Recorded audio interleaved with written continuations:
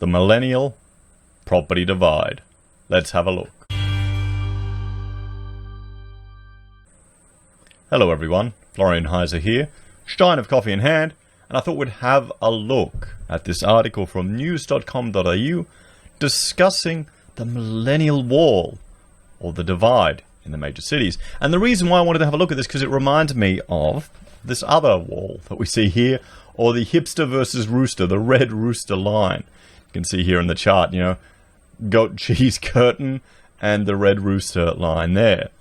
But also, it lines up with another chart, the unit price growth, roughly. You can see how along, you know, the eastern coast of Sydney, we're getting profitable property investments. But past the red rooster line, or the Millennial Wall as we're calling it now, you're not on units. So let's jump back, have a look at this article, and let's see, is this just another twist on the red rooster line? Do we have, you know, the goat cheese bay here? Goat cheese bay. So, it can't be seen with the naked eye, but an impenetrable wall surrounds Australia's major capital cities and blocks access to a huge cohort of people. Does it? Forming steadily over a long period of time, it's been dubbed the Millennial Wall, segregating young people from baby boomers and Generation X strongholds. An expert has plotted this invisible border in Sydney, Brisbane and Melbourne, revealing the line that keeps younger would-be home buyers at bay. It paints a picture of the extent of the country's housing affordability crisis, and the impact of it goes far beyond postcode preferences. Well, yes, I'll bring up this chart here showing you just housing affordability. Compare it in the 80s and 90s. There you go. I mean, it shows you it's gotten ludicrous, guys. Ludicrous. Where the wall sits. So here we go in Sydney. Demographer Bernard Salt took data from the 2016 census for the 2,310 suburbs across Australia, classifying each based on the age group of homeowners.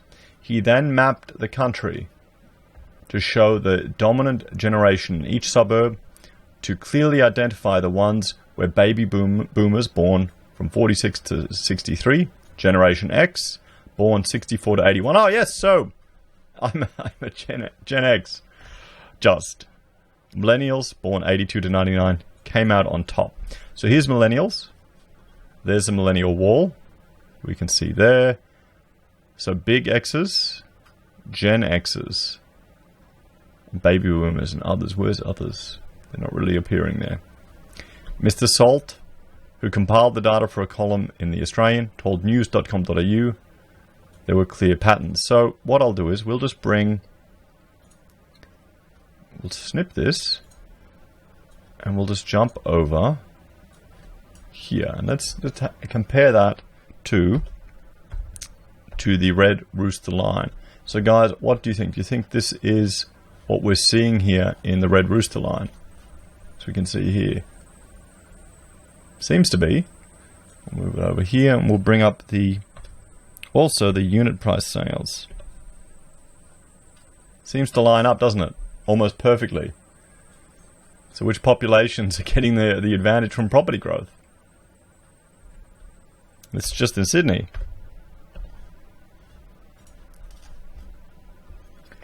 So the closest millennials can get, where they dominate the home ownership cohort, is Burwood in Sydney and Sunshine North in Melbourne, he said. Middle Australian millennials really struggle to overcome the 12-kilometre barrier to buy a home. Then they extend further and further out. As our cities have gotten bigger, these sharp divides have become more entrenched. Well, this is happening because of population growth and affordability. You move further out. So here we have incomes have risen across the board, but less so after housing costs. So net wealth, you know, there you go. I mean, this is no surprise to anyone here. Just have a look at any of the wage growth predictions from the RBA. Spectacularly accurate. Our two biggest cities are like dartboards, Mr. Salt said. The bullseye is a cosmopolitan zone made up of city workers and students. Then the goat's cheese curtain of hipster enclaves, young professionals and other yuppies. Then the outer suburbs. To some extent, this is what you'd expect. Young people buy their first home in the outer suburbs, trade up in their late 30s and 40s to something bigger and better, before ending up in the prestigious locations later in life, he told news.com.au. I think my trading up will be repairing a place I bought. I wonder whether that will happen. I wonder if millennials have the same aspirations, if they buy into that narrative. I'm not convinced they do. Well, guys, let me know in the comments. You know, for those of you, for millennials or Gen Xers, is that your plan? I mean, I'd probably rather keep my house and buy a little green change, you know, weekender out to Woomba Way, rather than upgrade and pay stamp duty and, you know, relocate to be closer in the city. I mean, why? Yeah. So it's more than a prestige factor. Oh, is that the problem? I need to move into a prestigious suburb to position myself for my, you know, Roman census or Roman political career, to get the house to show off to people. Maybe I'm just too old to care about that too much anymore. So it's not overly surprising that premium waterfront suburbs have high-priced property and are therefore out of reach for many younger buyers. But the distance of the Millennial Wall from the CBD centres, that 12-kilometre barrier, shows how much housing affordability is restricting the choices for first home buyers.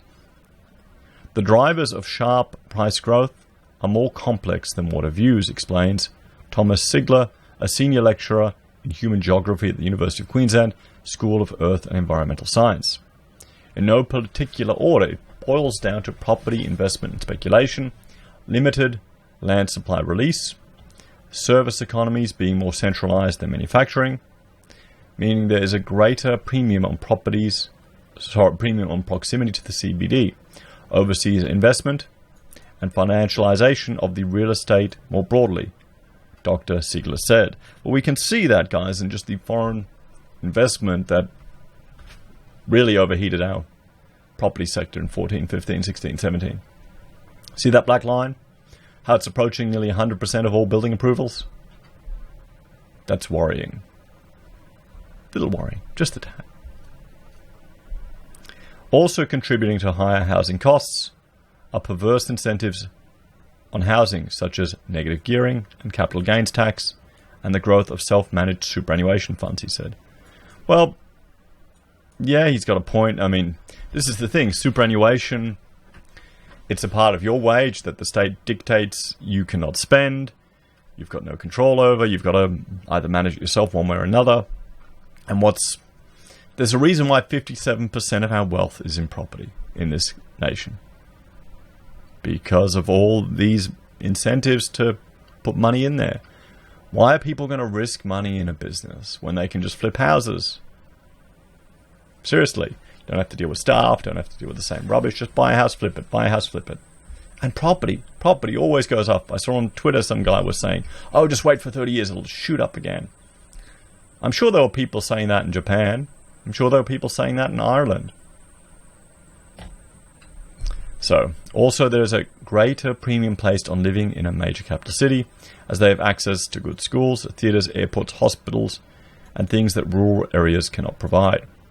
The classic supply and demand equation is being impacted by mobility trends, and Dr. Sigler said has slowed to historic lows for many reasons. There's more fierce competition among younger generations for limited housing, and older populations are staying put. First of all, more and more households are dual income or dual career, meaning that even if one partner gets a job elsewhere, they don't necessarily have to move, he said. Second, working class or blue-collar wages have not risen as fast as white-collar wages, meaning the incentive for relocation is less and less. Fly-in, fly-out employment compounds this by allowing breadwinners to work remotely, but their household to stay put. The Millennial Wall raises interesting and important questions about growing social inequality and the potential consequences of such a geographic divide. So what are the potential consequences? At the start of the 1980s, more than 60% of younger Australians aged 25 to 34 had bought their own homes. Come 2016, the figure has slumped to 45% on the back of skyrocketing property prices, a tougher lending climate, and flat wage growth. The big winners of the property boom have typically been older, typically Australians, lucky enough to buy houses before prices took off. Well, yeah, see, that's the thing. I mean, that's the reality, guys. Buying a house when it's cheap, when you know, when housing affordability was 2 times to 4 times wages, and then just sitting on it for 30 years. That's called luck. That's not called skill. I mean, good on you. Good on you. Here's the thing. People can get upset and bitter and go, oh, the boomers have got all the luck, you know, yada, yada, yada. A lot of people have managed to take advantage of these property gains, and they've made some money on it. But I tell you, I would much rather live now, where sure it's harder to get into property, sure it's more expensive, but we've got access to more information. You've got access to the internet. You can have philosophers, lecturers, all at your fingertips for nothing. I've learned more in the last 2 years about diet and health that has changed my entire life, my family's life, than any boomer would have had access to. I know for one that my children will be able to live a much healthier life than I have, and definitely a much healthier life than the boomers have. How many of them are sick? What would you rather, guys? Live to be 70, fat, insulin dependent, or like that Wiggles guy who had a heart attack, you know? Thin on the outside, fat on the inside. There's no, you know, he's rambling on about defibrillators everywhere. He should be looking at how someone as skinny as him managed to get a plaque build up in his heart. But anyway, so, you know, every generation has their advantages and disadvantages. You just got to see it. You just got to see it, guys. Because housing, sure, there's lots of other opportunities other than housing. So housing has thus compounded inequality between the young and the old. But that inequality could morph in the future, with young Aussies with wealthy parents either benefiting from the bank of mum and dad or inheriting real estate. Many low-income Australians won't be so lucky, which is why the share of Australians who own their homes is expected to fall sharply in the decades ahead. Well, here's a question to you. Can anyone recommend a good investment or listed business for aged care homes? You know, I think that might be a growing business. All this property will have to be liquidated to pay for these services. So when it comes time for them to retire, today's millennials are significantly more likely to be renters without a property asset to underpin their golden years, he said. This week, Australian Bureau of Statistics data and analysts analysed by the ABC found retirees who owned their home were 20 times better off financially than those who rented. Yeah, well, I spoke about that, and that really isn't news or doesn't surprise anyone. Despite the clear evidence housing is key to inequality in Australia, housing policy is thin on the ground, Mr. Coates said. Addressing inequality demands a clear strategy on tackling soaring housing costs, he said. And a good start was to boost rent assistance for low-income tenants. What the hell does that have to do with housing affordability? I mean, the federal government should also give more funding to the states for social housing. Yeah, sure, whatever. But truly tackling housing inequality will only happen if prices fall, and that will take more new homes, a lot of them.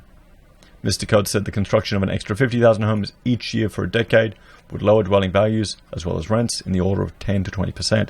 And here's the issue. Do you think the states and the governments want that? Do they want housing to drop that much? They're going to lock up land. They're going to make it more difficult for new developments to happen. There's a lot of costs that are added on to housing that didn't exist in the 80s. Even just, you know, doing your bullshit star energy reports. That's a couple of $1,000 per house it can add up to. Has absolutely no benefit, no environmental benefit. Then you've got all the BCA, you know, sustainability requirements that you have to put in houses that actually limit the ability for you to naturally ventilate them. And some of that stuff you put in there takes about 50 years for the cost to be paid off in energy savings, which are not guaranteed. So I'm cynical about a lot of it. Because what would happen if housing dropped 10 to 20%? I think there'd be outrage. I think all of the state governments would take a hit to their precious stamp duty, and politicians would get very scared. RBA, I guarantee you, would start cutting rates, probably even negative, and money would start flowing. Let me know your thoughts, guys. What do you think would happen? Do you think they'd allow that to happen? Do you think they'd open up enough land to allow that to happen? What if they were giving away land for free? Would that address it? Yeah, some of these regional towns. Put NBN there. Free land if you build. How many people can work remotely? Couldn't hurt. It's an idea. They used to have land grabs back in the day. Australia's got a lot of land, guys. Anyway, let me know your thoughts and opinions in the comments below, everyone. Thank you for watching. Please like, share, and subscribe to the channel. Are you a millennial? Are you frustrated with the millennial wall? You know? Or would you know, you're like me. You see some of the advantages we have over previous generations. What would you rather? Buy in and retire, potentially sickly, having pretty crappy older years. I mean, you just need to go to hospital, guys, and see some of these boomers that are not doing too well. I've seen it. Would you rather live in an age where we've got access to a bit more? Anyway, is the glass half full or half empty? Let me know your thoughts and opinions in the comments below. Thank you for watching. Please like, share, and subscribe to the channel. If you're a fan and want to help support us, there are a few ways you can. You can share the videos and content, get the word out there. You can also join on Patreon or the channel here on YouTube. You can use our affiliate links, where we receive a small commission for Amazon, eBay, and Independent Reserve. It doesn't cost you a cent. Helps us pay for running the channel. We also have PayPal and our merch on the Heise website.